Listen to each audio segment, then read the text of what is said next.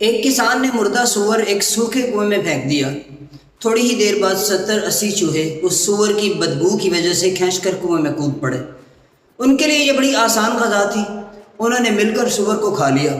لیکن اصل مشکل تب شروع ہوئی جب کھانے کے بعد انہوں نے کنویں سے باہر نکلنے کی کوشش کی۔ تب انہیں احساس ہوا کہ وہ اس کنویں کے اندر پھنس چکے ہیں۔ دن گزرتے گئے، کھانا ختم ہو گیا، بھوک نے شدت پکڑ لی۔ چند ہی دنوں میں وہ کنواں ان کے لیے جہنم بن گیا۔ اب زندہ رہنے کے لیے چوہوں نے ایک دوسرے کو مارنا شروع کر دیا اور پھر انہوں نے آپس میں ایک دوسرے کو کھانا شروع کر دیا۔ آہستہ آہستہ سارے کے سارے چوہے ختم ہو گئے۔ آدھے مہینے بعد اس کنویں کے اندر صرف ایک چوہا باقی رہ گیا، بچ گیا، جس کی آنکھیں خون سے لال ہو چکی تھیں۔ اتنے میں کسان واپس آتا ہے اور کنویں میں رسی ڈال کر اس آخری چوہے کو کنویں سے باہر نکال لیتا ہے اور پھر اس چوہے کو اپنے کھیت کے اندر چھوڑ دیتا ہے۔ اب سوال یہ پیدا ہوتا ہے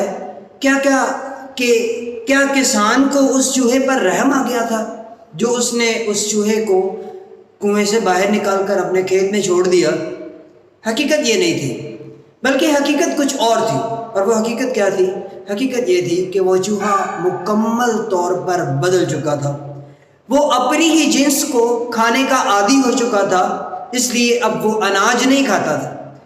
اب وہ کھیت میں جاتے ہی پاگلوں کی طرح اپنے دوسرے ساتھیوں کا شکار کرتا تھا، دوسرے چوہوں کا شکار جو ہے وہ کرنے لگ جاتا تھا۔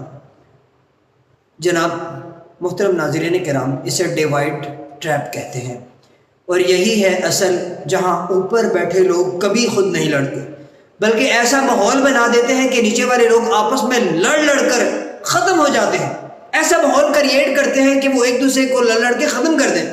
اور سچ یہ ہے کہ بہت سے لوگ پوری زندگی دوسروں کو ہرانے میں لگا دیتے ہیں، لیکن انہیں کبھی یہ سمجھ نہیں آتی کہ وہ خود کسی اور کے کھیل کا حصہ بن چکے ہیں۔ اس لیے کسی اور کے بنائے ہوئے جال میں مت پھنسو، اور اگر کبھی پھنس بھی جاؤ تو لڑو مت، باہر نکلنے کا راستہ ڈھونڈو، تلاش کرو کہ اس مشکل سے، مصیبت سے، پریشانی سے باہر نکلنا کیسے ہے۔ اب پاکستان کے موجودہ حالات جو ہیں اس کے بارے میں یہ کہانی کیا کہتی ہے؟ پچھلے 1.5 سال جو ہے آپ دیکھ لیں، پاکستان کا نظام بڑی تیزی سے تبدیل ہوا ہے، بلکہ پاکستان کا نظام جو ہے تبدیل نہیں ہوا بلکہ زوال پذیر ہوا ہے۔ انفراسٹرکچر بالکل تباہ ہو کر کے رہ چکا ہے، سڑکیں ہوں، پل ہوں، ہسپتال ہوں، سکول ہوں، سب تباہ حال ہے۔ لسانیت یعنی زبان پر جو